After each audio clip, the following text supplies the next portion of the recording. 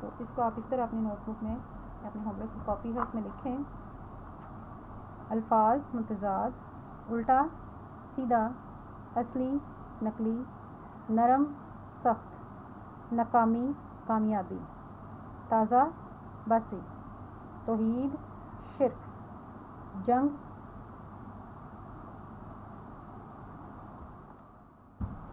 امن, اقرار انکار, آزاد غلام, اندھیرا اجالا, دوست دشمن, اونچا نیچا.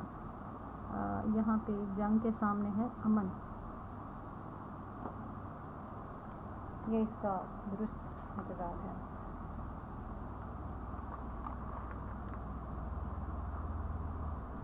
اگلا سوال لے گیا ہے, اس میں بھی تھوڑی سی ہمارے پاس قواعد کی تفصیل ہے. اسم اور اس کی اقسام. اسم کی تعریف, کسی شخص, چیز, جگہ یا جانور کے نام کو اسم کہتے ہیں. کسی بھی چیز کا نام ہو, وہ چیز ہو, کوئی جگہ ہو یا کوئی انسان ہو, اس کو اسم کہتے ہیں. نام کو اسم کہا جاتا ہے. اس کی دو اقسام ہیں, اسم نکرہ, اسم عام, اور اسم معرفہ, اسم خاص. اسم نکرہ کی تعریف, اسم نکرہ کسے کہتے ہیں؟ کسی عام شخص, چیز, جگہ یا جانور کا نام اسم نکرہ کہلاتا ہے. مثلا لڑکا, کتاب, شہر وغیرہ. اسم معرفہ کی تعریف, کسی خاص شخص, چیز, جگہ یا جانور کا خاص نام اسم معرفہ کہلاتا ہے. مثلا عبداللہ, بانگ درا, اسلام آباد وغیرہ.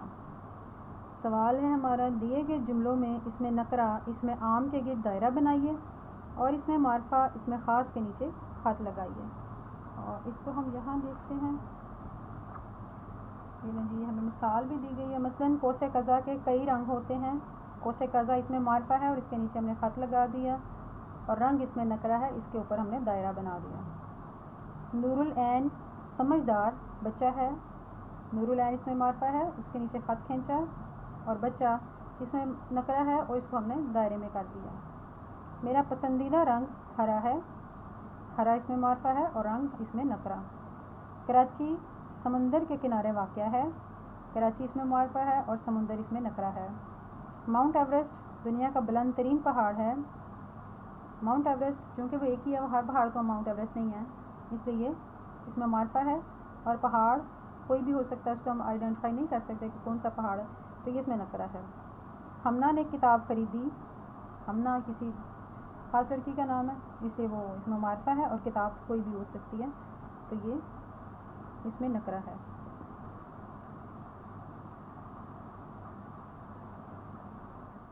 آگے دیے گئے اسم نکرہ سے 3 اسم معرفہ بنائیے. یہ ہمیں مثال پہلے دی گئی ہے. اسم نکرہ ہے لڑکا, اور اسم معرفہ واصف, احمد, سلیم. اسم نکرہ ہے رنگ. اسم معرفہ ہرا, لال, پیلا. اسم نکرہ ہے ملک, اور اسم معرفہ پاکستان, چین, امریکہ. لڑکی ریحانہ, شازیہ, سمیرہ. اسم نکرہ کتاب, اور اسم معرفہ ہے قرآن مجید, گل لالہ, پرائمری انگلش. اسم نکرہ ہے شہر, لاہور, کراچی, اسلام آباد, اور اسم معرفہ کے لیے. اب اس کے بعد ایک تھوڑی سی عام بک کے اوپر ریڈنگ ہے, اور یہ بچوں کو عام فہم سمجھ کے لیے دی گئی ہے. یہ ہے نئی جماعت, اور ہم ایسی چیزوں کو تھوڑا سا ایک دفعہ پڑھیں ضرور اور ان کو سمجھیں ضرور.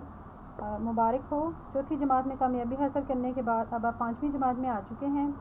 اس جماعت میں آپ بہت کچھ نیا سیکھیں گے, جس سے آپ کی اردو پڑھنے, لکھنے, سننے اور بولنے کی صلاحیت بہتر ہوگی. نئی کتاب شروع کرتے ہوئے اپنے ساتھی طلباء کے ساتھ گروہ بنائیے اور مل کر ان سوالات کے جواب دیجیے. یہ سوال ہیں, ان کے ویسے جوابات طلباء کو خود سے سوچ کے اپنے الفاظ میں لکھنے چاہیے, لیکن جو ممکنہ کم از کم جواب ہو سکتا ہے وہ میں نے ادھر بیان کیا ہے, تاکہ آپ کو تھوڑا سا آئیڈیا ہو جائے. مجھے اپنی نئی جماعت بہت اچھی لگی. جماعت کا کمرہ اور ماحول بہت اچھا ہے. کچھ میرے پرانے دوست ہیں اور کچھ نئے دوست بھی ہیں. میں خود کے پہلے سے بڑا, آزاد اور خوش محسوس کر رہا ہوں, اور ذمہ دار بھی. اگلا سوال تھا, اس جماعت میں کن بری عادتوں یا برے کاموں سے بچنے کی کوشش کریں گے, سوچ کر لکھیں. میں کاموں کو ٹالتا رہتا ہوں اور وقت ضائع ہوتا ہے. اب انشاءاللہ میں ہر کام کو وقت پر کرنے کی کوشش کروں گا. یہ چونکہ ایک نظم ہے اور اس کا ایک مرکزی خیال بھی ہے تو وہ آپ کو تھوڑا سا پتہ ہونا چاہیے. یہ ہے آپ کے پاس. اس نظم میں یہ بتایا گیا ہے کہ رسول اللہ خاتم النبیین صلی اللہ علیہ وآلہ وسلم اللہ تعالیٰ کا بہت محبوب ہے. آپ کو اللہ کا دوست اور محبوب کہا گیا ہے. اللہ تعالیٰ نے آپ کو اپنے پاس آسمانوں پر بلایا. تو قرآن پاک میں بہت پیارا القابات سے پکارا ہے. مختصراً آپ اللہ تعالیٰ کو تمام جہانوں سے زیادہ پیارے ہیں. اب اس میں تھوڑا سا یہ جو ایکسٹرا نوٹ تھا اس میں یہ بھی ہے دیکھنے والی چیزیں ہیں. دیے گئے خانوں میں درست اکورٹک یا غلط کراس کا نشان لگائیے.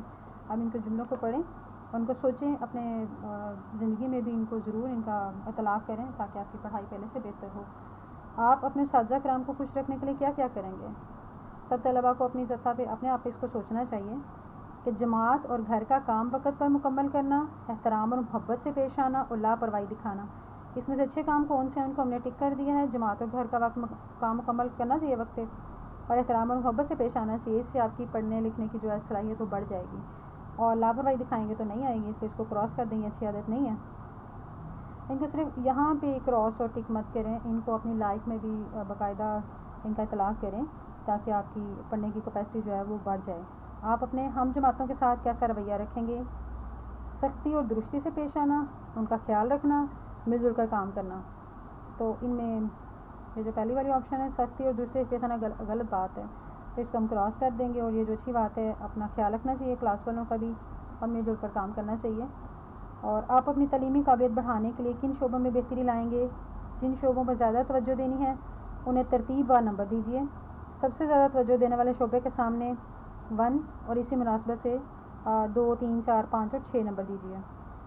مجھے اس ترتیب سے لگا، باقی آپ کو جس ترتیب سے لگے آپ ضرور اس کو نوٹس کریں. غور سے سننے کی عادت ڈالیں. پہلے اپنی استاد کی اور خاص طور پہ استاد کی اور اس کے بعد والدین کی بات کو اور بڑوں کی باتوں کو سنا غور سے کریں. بے شک اس وقت آپ کو اس کی سمجھ نہیں بھی آئے لیکن بعد میں آپ کو وقت پڑھنے پہ وہ آ جانے کی ضروری ہے. غور سے بات سننے کی عادت ڈالنی چاہیے. اس کے بعد دوسرے نمبر پہ ضروری ہے آپ کو کام وقت پر مکمل کرنے کی صلاحیت چاہیے. اس کو کوشش کریں، ٹائم مینجمنٹ کریں، نہیں تو آپ کا ہر کام ادھورا رہ جائے گا. تیسرا ہے روانی سے درست پڑھائی. چاہے آپ اردو کی کوئی کتاب پڑھ رہے ہوں یا انگلش کی پڑھ رہے ہوں لیکن آپ کو روانی سے درست پڑھنا آنا چاہیے. آپ کو اس پہ محنت کرنی چاہیے. جب آپ پہلی صورت میں پڑھ سکیں گے تو اس کو سمجھ سکیں گے پھر آگے بڑھ سکیں گے. نمبر 4 ہے خوش خط لکھائی. یہ بڑی ضروری ہے. اس کے بغیر آپ اپنا کوئی بھی کام اچھے سے پیش نہیں کر سکتے. جب آپ پریزنٹیشن اچھی نہیں ہوگی تو استاد پہ اچھا عمل نہیں پڑتا اور اس سے آپ کی اپنی جو صلاحیت اس پہ بھی فرق پڑتا ہے. اگر آپ کی لکھائی بہت پیاری ہو اس سے آپ کے اپنے آپ پہ بہت اچھا اثر پڑتا ہے. 5ویں نمبر پہ گھر کا کام پابندی سے کرنا ہے. اور 6 نمبر پہ ہے اعتماد سے بولنے کی صلاحیت. جو آپ سوچ رہے ہیں اس کو اچھے اور مناسب الفاظ میں بیان کرنا بہت ضروری ہے. اس پہ محنت کریں تمام طلباء تو یہ آپ کے اپنے آگے تعلیمی کیریئر کے لیے بہت اچھا ہوگا. اچھا جی، اللہ حافظ.